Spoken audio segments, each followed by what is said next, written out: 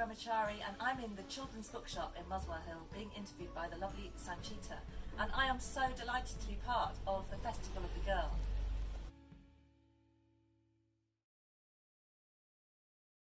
This is the voice of Lucky. Actually, Lucky's not really her name, but you'll find out what her name is when you read the story. She is, in fact, a ghost, and she lived a very long time ago. And her voice comes through this conch shell. And it is heard by two contemporary girls, Imtiaz and Usha.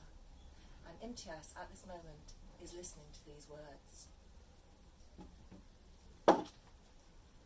Your belief in me sets my voice free. Promise to piece me together, or my story's lost forever. To find peace in this house, sew my patchwork of forgotten pieces, bargains broken, secrets unspoken. Free my story to free this house. Save my memory, set my spirit free. Find my Caligat art to open hearts.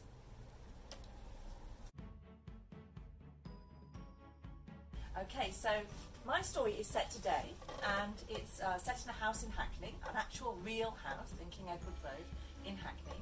And there are two girls that live in this house. One of the girls, the family have lived in the house for a long time. Her name is Usha, and they've lived there since the 60s. But the other girl, Imtiaz, is newly adopted into the house. And she has, I won't tell you the story because it's a very interesting backstory, but for one reason or another, she hasn't had her parents around her. But she's been looked after by an amazing social worker, and she's about to be adopted into this house. These two sisters, they're not a marriage made in heaven. They're actually polar opposites. Usha's very quiet, and Imtiaz is really kind of quite feisty and loud, but actually she has a massive fear of being rejected. So it's kind of an uncomfortable union in this amazing top deck of this house. And the top of this house is like a ship. It has old pieces of ships from all around the world in it.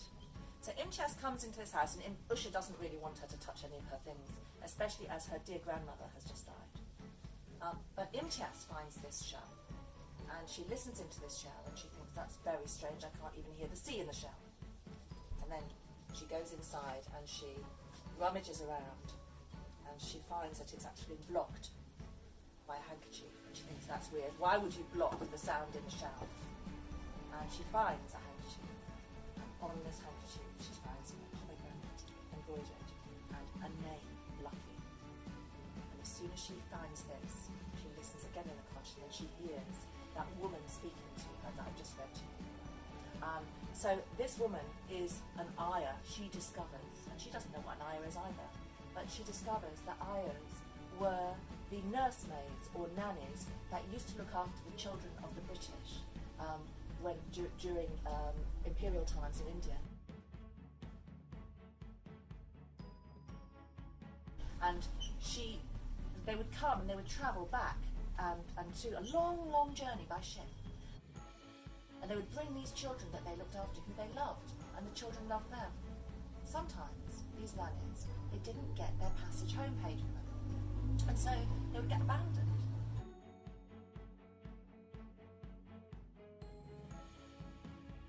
Well, I started writing this story quite a long time ago when I used to work in theatre, and I worked with the Royal Shakespeare Company on an amazing book called Midnight's Children.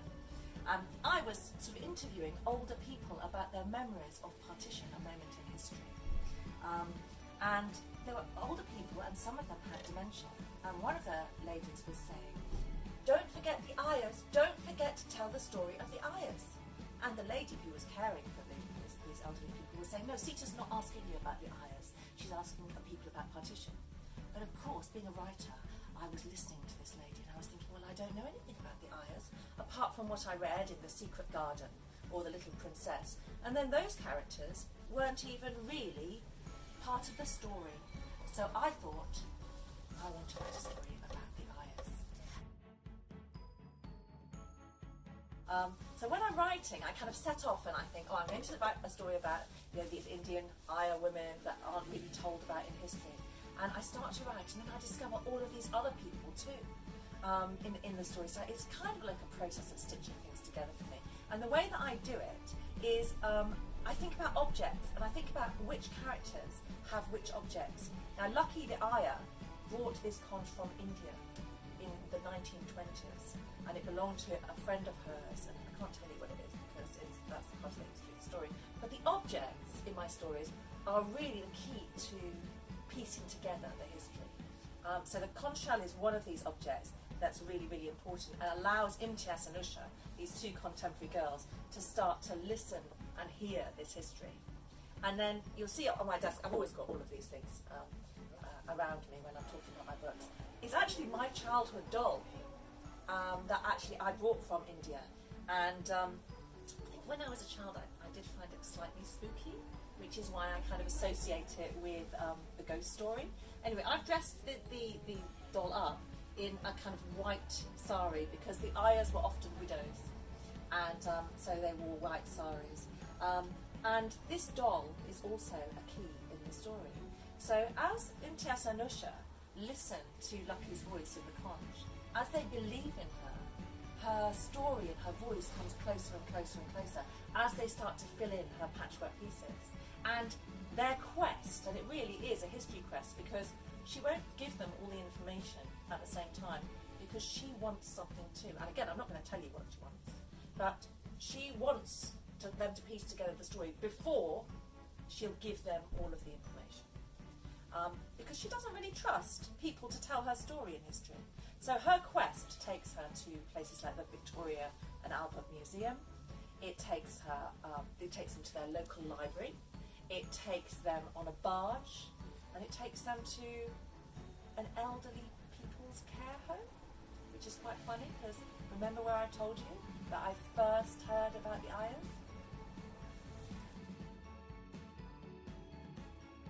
So, as I said, I'm really inspired by objects. So I would like you to think of an object in your house. Maybe it's something that somebody's given to you. It doesn't have to be a valuable thing, like a expensive piece of jewellery or something like that. It could be a holy stone. That's in one of my stories, Artichoke Hearts.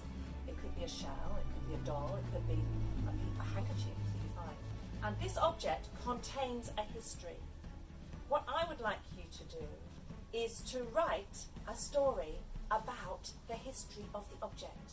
Now you can do this two ways. One fun way that I do it is I imagine that the object has a voice. Like the conch, that's how I wrote that bit. I imagine the conch has a voice. So you write your story as if you were that object and give that story a voice. Give that object a voice. This object, I think, has a very floaty sea-like voice. Yeah? This object, I think, is quite shy because it's written and embroidered by a lady that put all her very, very quiet stitches into this handkerchief. Enjoy writing your stories and enjoy your objects giving you an insight into their history.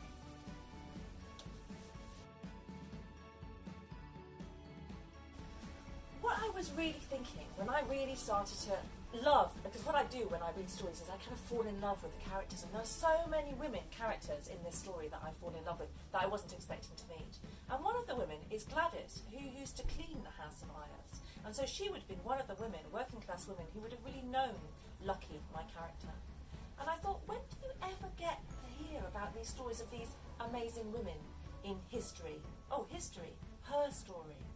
And you know, in London, there are blue plaques, you might have seen blue plaques around on buildings saying, oh, this is a very important person, and this person lived in this house. You'll have seen these, and now I've mentioned them to you, you'll see them everywhere. And actually a lot of those plaques are of men, of his story. And a lot of those plaques also don't really reflect the diversity of this country or the history of this country. It's a long history, and particularly in my story, the history of colonialism in the country. Not only Indian history, but Caribbean history as well, with Imtiaz's social worker, Delise.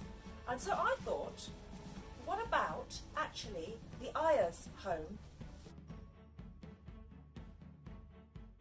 What about the Ayah's home? Because I didn't realise that the Ayah's home is actually up for a blue plaque.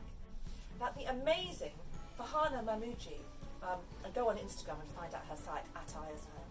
She has nominated the actual house that's in my book for a blue plaque. Now hang on a minute, I thought these stories must be everywhere. They must be in every street, in every family.